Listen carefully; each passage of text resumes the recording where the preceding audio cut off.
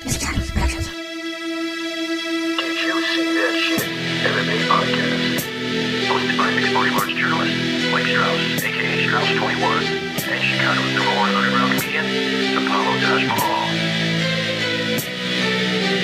Thank you for listening. I'm Mike Strauss, aka Strauss21, and this is Apollo Taj Mahal. We are the guys from the Did You See That Shit Mixed Martial Arts podcast. We know you're going to like the interview, so be sure to like, follow, and subscribe on all the social media platforms, as well as the Missing Time Productions YouTube channel. And don't forget to go to didyousseethatshit.com for a complete rundown of all of our content. Right, Apollo? Yeah. All right, I want to welcome Kyle Walker to the show. He fights at Bellator 202. He has a fight against Steve Cazzola. What's going on, man?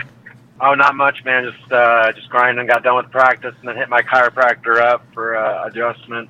My body's feeling good, ready to go in a little bit under 3 weeks now. For sure. So let me ask you, man, chiropractor, I'm a fan of chiropractic work, but some people swear that it's kind of pseudoscience. But obviously you're a fan of it. You just got out of the chiropractor. But what do you say to those people that just think the chiropractor is nothing more than snake oil? There's a lot of people that believe that. Well, a lot of people think it's just a gimmick. Yeah, I kind of, I can see that. There's a lot of gimmicky chiropractors out here in Vegas. I've been to some that, will just it's kind of like a spa. They'll, soak your hands in wax and, put you, in a warm chair, like a massage chair, and then pop you a couple of times and then send you on your way. I don't really feel like that's all that beneficial at the end of the day, but this guy does. His name's Nick Savachi. He's a great doctor. He actually works with Brian Couture. He's fighting this Friday as well. Mm-hmm. And he does ARP, the active release, ART, I think it's the active release therapy, and the Graston, which is just the scraping. He does kind of a more well-rounded, and then they put me in a traction chair and all that kind of stuff. So, I feel like it's really important. We're putting our bodies through a lot of damage on a daily basis. So I think it's good to have a good recovery team. And I've done my research to, find a legit chiropractor that does more than just the cavitations, the popping and that kind of stuff. Because that, for the most part, I think is not that beneficial. But if they offer a multitude of recovery techniques, then I think it's good. Yeah, for sure. So let me ask you, man, what do you know of your opponent, Steve Cazzola? I know he trains at Dan Henderson's gym. I know he's from Temecula. I actually called him out, was trying to get him to fight me in his hometown this weekend. That didn't work out. We're fighting in a couple weeks in Oklahoma, so that's just fine with me. I'll fight wherever. I know he's a striker, throws some kicks, has some heavy hands. My boy Jake Smith knocked him out back in February, I think it was. Mm-hmm. So I got to watch that fight. And, he seems like a tough dude. He's a good striker, but I'm going to, get on him and take him down and, probably grind him down. And, I find myself a pretty good striker myself. So, if he doesn't want to get taken down and grind on, I'll just beat him on the feet. I spoke with Steve earlier today, as a matter of fact, and when I asked him what he knew about you, Ryan, he knew so much about you. Obviously I did some research heading into this, but he was like, "Oh yeah, well, I know that he used to train with Jake Smith, who beat me last time, and I know that he used to train in the Pacific Northwest, and now he's in Vegas." He rattled off about 7 or 8 things that I didn't even know. So he obviously is taking you very seriously. He's doing his research. That's good. He's been watching my Instagram stories and stuff, which I kind of feel like a little weird. I feel like I should Venmo him some money for the space I'm running in his head right now. But, it's all good. It is what it is. I'm glad he's doing his research because, as far as I'm concerned, I'm a completely different fighter from the last time I stepped in the cage and the last time I was in the Pacific Northwest. I'm getting great work at Extreme Couture. And, I have a lot of faith in my coaches and the coaching I'm getting down here. So, good for him. Who are some of the guys that you get to roll with at Extreme Couture on a daily basis?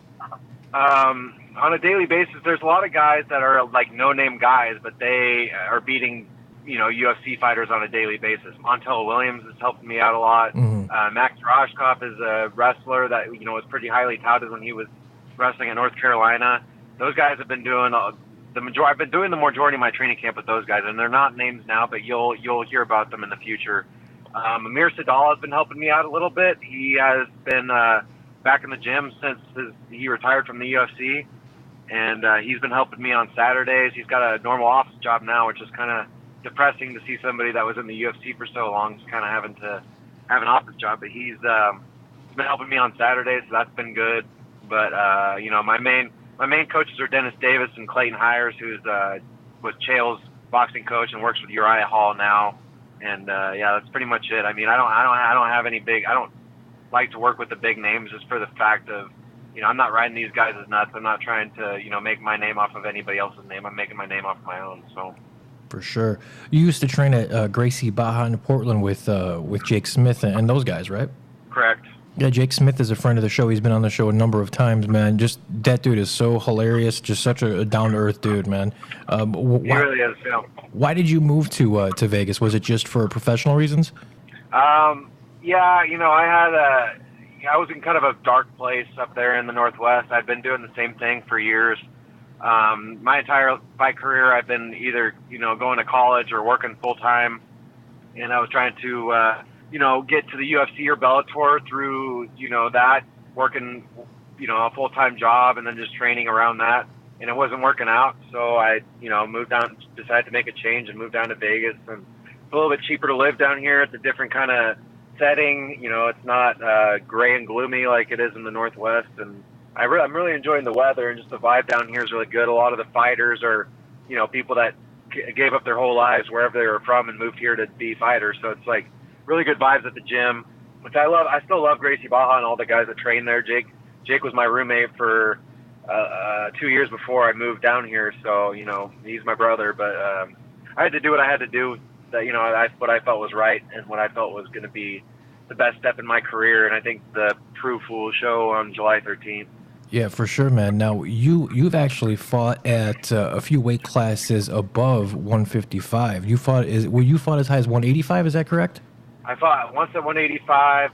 The majority of my career was at 170. All my fights besides the one at 185 and the last one at 160 were at 170. So, but I was pretty soft at 170. I wasn't, I've had some fights where I looked like I was in really great shape, and I had some fights where I looked like I was kind of chubby.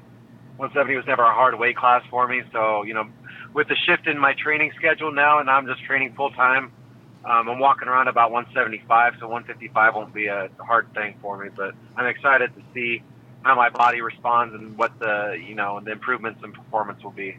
Yeah, definitely, man. It sounds like you're handling it the correct way. Have you ever fought in Oklahoma before? Never, no. I lived in Missouri, so I started my fight career out there. So the closest I've been to Oklahoma is Kansas City. Very cool. Well, we'll have something in common. I've actually never been to Oklahoma either, but I will be there at Bellator 202 covering it. So Awesome. We'll have to bump into each other, and yeah, for sure. We'll have to shake hands and put faces with the voices. Exactly. Well, I appreciate you doing this, man. I know that July 13th is a really solid card, man. I hope people tune in because I think you and Steve Cazzola have a chance to really steal the show, man. I really do. I always like to give fighters a few minutes here if you'd like to shout out your sponsors, anything you'd like, man.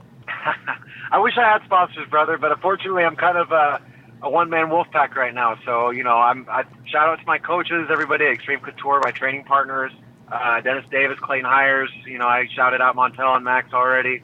Everybody at Extreme Couture is just super positive vibes down here in Vegas. So I'm loving where I'm at right now and just couldn't be happier, and I'm ready to put on a show July 13th.